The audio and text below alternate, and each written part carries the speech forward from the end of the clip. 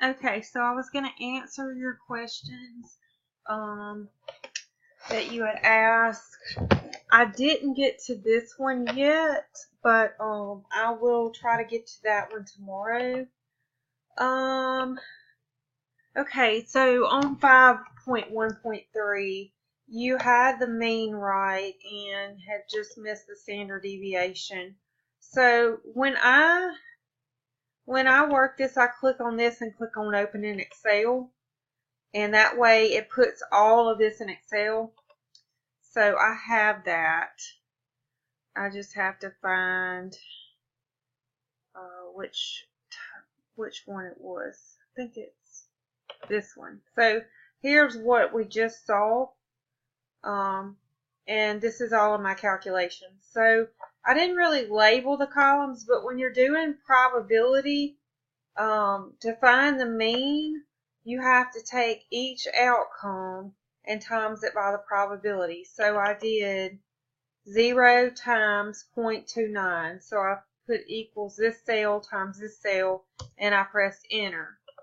And then once you put the formula in, so like here, you put in the outcome times the probability, and you press enter, then you can just copy the formula down and it will compute everything. So once you do the outcome times the probability for each one of these, you take the sum, and there's your mean, and that is what you had gotten, is 1.37. Now, to get the standard deviation, what you have to do is you have to take each outcome and subtract the mean. So you're going to do 0, 0, minus 1.37. So I didn't, I just put minus and I put the mean in there. And then you're going to copy that down. So you're going to basically do 1 minus 1.37, 2 minus 1.37, 3 minus 1.37, 4 minus 1.37, and you're going to get those. So it's the mean, it's the outcome minus the mean. And then once you get, I'm doing this step by step, you could actually do it all together.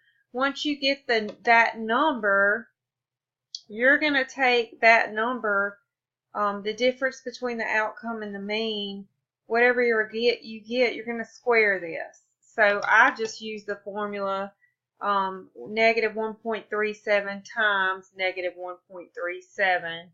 And so it's basically negative 1.37 squared. And I copy my formula down. Okay. The last step, after you take the difference between the outcome and your mean, and then you square it, you have to times this number by the probability. So here you would do 1.8769 times 0.29. So if you wanted to use the formula in Excel, it would be the number you got here and then times the probability. And you press enter, and then you can just copy that down. Okay, and then you sum these numbers up to get the 1.9531, and that's the variance. So to get the standard deviation, you have to take the square root of this number. So I did it in Excel. I put equals SQRT parenthesis and highlighted the cell that I wanted to take the square root of, and that is how you get 1.39. Okay, so that is basically all of this problem. So you get 1.39, 7. So if you look, 1.39, the 7 would round up to an 8. So that is how you get 1.398.